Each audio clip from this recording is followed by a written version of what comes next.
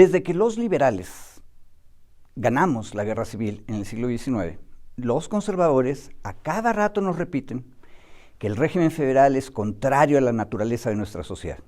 Nos lo dicen en la mesa, lo dicen en el aula, lo dicen en el café. Y nos repiten que lo natural es el centralismo, que nuestra herencia es el respeto al tlatoán y virrey y señor presidente, que la igualdad significa que todos somos igualmente hispanohablantes, católicos, criados en familias tradicionales, respetuosos de la herencia occidental y de sus jerarquías, que somos uniformes. Los conservadores están equivocados. Las y los mexicanos somos iguales porque somos libres. El error conservador nace de la ilusión de que México es una sola sociedad, cuando en realidad es muchas sociedades. Como mínimo hay 32, los estados libres y soberanos desde Aguascalientes hasta Zacatecas, pasando por el más joven, que es esta tierra de chilangos y chilangas, que hoy se llama CDMX y algún día llamaremos Estado de Anáhuac. Y todavía nos faltan la Laguna, la Huasteca y el Soconusco. Desde hace centurias las regiones de Oaxaca y Guerrero tienen cada una su propia dinámica. Por eso es que luego de la rebelión del Año Nuevo en Chiapas, 1994, logramos que a regañadientes las élites conservadoras reconocieran en 2002 el derecho a la autoadscripción de los pueblos originarios y afrodescendientes en la Carta Magna. Aunque esa fue una reforma a medias y aún nos falta mucho camino para reconocer bien y constitucionalmente la dignidad y el papel de los pueblos indígenas. Como sea, México se reconoce ya como una nación pluricultural. Pero la libertad que reconocemos a los pueblos que forman la nación y a los estados que forman la federación tiene problemas, siempre.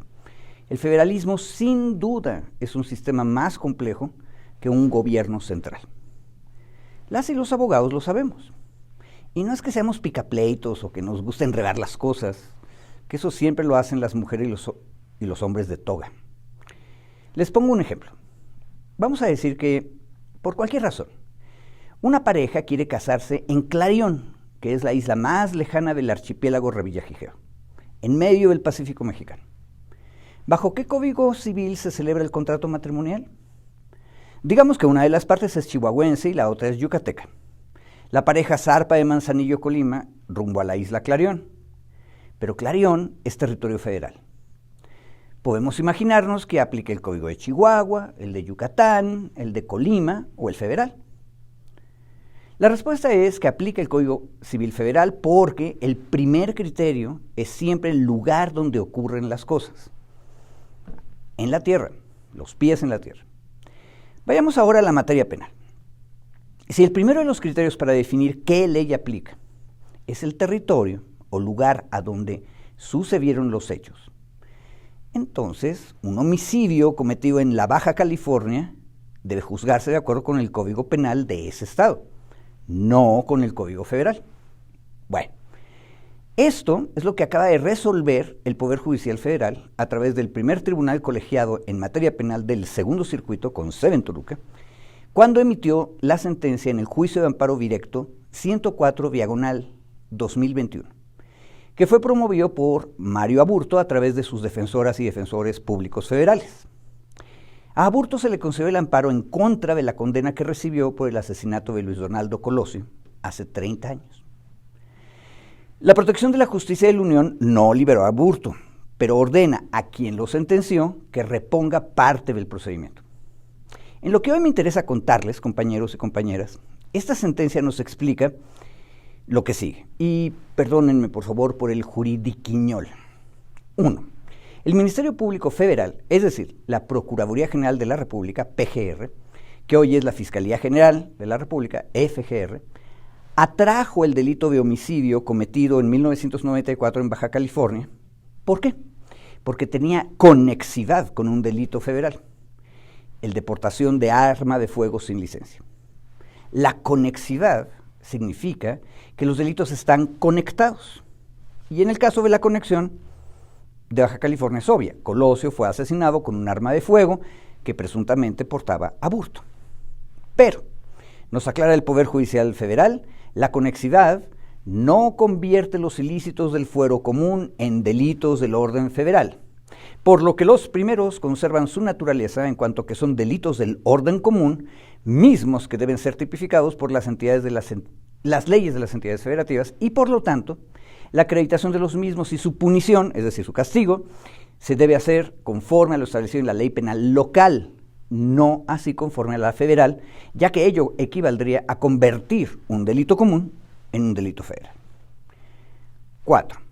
Por lo tanto, la sentencia de amparo ordena al Tribunal de Apelación Penal Federal, que había sentenciado a Aburto hace 30 años, a que emita una nueva resolución en la que, con base en estas consideraciones, en este fallo constitucional, establezca la traslación normativa del delito de homicidio calificado con premeditación, alevosía, previsto en los artículos 302, 303, fracciones 1 y 3, párrafo primero, 315, párrafos primero y segundo del Código Penal Federal, que lo traslade a la descripción típica del delito contemplada en el Código Penal del Estado de Baja California, vigente en la época de los hechos. En otras palabras, y para traducir el juridiquiñol, el delito de homicidio seguía siendo un delito estadual normado por el Código Penal del Estado de Baja California. El Ministerio Público Federal hizo bien en atraer el caso porque el homicidio estaba conectado con un delito federal, pero no debió haber acusado a Aburto por el delito de homicidio federal. Los juzgadores federales correctamente conocieron del caso, pero debieron haber corregido el error del Ministerio Público y debieron haber aplicado el Código Penal de Baja California, no el federal, para el delito de homicidio. Ahora bien, ¿por qué me interesa esta sentencia, queridas amigas y amigos? Porque hoy en día, en tiempo real, estamos viviendo otro caso equivalente, análogo. Recordemos, el señor fiscal general de Morelos, Uriel Carmona Gándara, fue investigado porque presuntamente ordenó la tortura de un detenido. Todo ocurrió en Morelos. La Fiscalía Anticorrupción morelense realizó la investigación y judicializó, es decir, llevó el caso a un juez penal morelense. Sin embargo, dado el enorme poder fáctico de Carmona Gándara, despidieron al fiscal anticorrupción y se hizo perdediza la carpeta de investigación. Los abogados de la víctima de tortura en la audiencia dijeron: no me puedes dejar en indefensión. Pedimos la intervención de la Fiscalía General de la República para que atraiga el caso. La Fiscalía Federal intervino. Otra vez, como en el caso Baja California, que acabo de comentarles, la pregunta es: ¿con qué código penal debe acusar la Fiscalía General de la República? ¿Con el federal o con el de Morelos? La respuesta está en la sentencia del caso Colosio Aburto. La Fiscalía General de la República, aunque sea federal, si atrae el delito de tortura morelense, debería aplicar el Código Penal de Morelos. El problema es que, hasta donde sabemos, la Fiscalía General de la República acusó con el delito federal. Mismo error de hace 30 años en Baja California. La sentencia del caso Colosio Aburto también nos da una guía acerca de en qué tribunal tiene que tramitarse este juicio.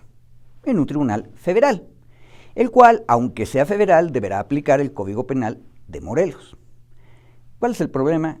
Pues que a la fecha, 2 jueces federales de distrito en materia penal han rechazado aceptar la acusación de la FGR. Si leemos con atención la prensa que ha dado seguimiento a los escándalos judiciales de Carmona Gándara, vamos a encontrar mucha confusión y muy poca claridad acerca de todo lo anterior. La prensa debería preguntar con más detalle acerca de los asuntos que acabo de explicar aquí. Sabemos que las 4 acusaciones que se han hecho contra Carmona Gándara prosiguen. Todas son del Foro Común, o de la Ciudad de México o de Morelos. Ninguno de sus amparos detuvo los juicios. Como 2 juzgados federales se han negado a recibir la acusación de tortura que hizo la FGR, Carmona ha debido comparecer ante el tribunal morelense donde fue originalmente acusado. Es decir, el juicio sigue, porque no tiene fuero local. Y regreso al principio de la plática. El federalismo es mucho más complicado que el centralismo.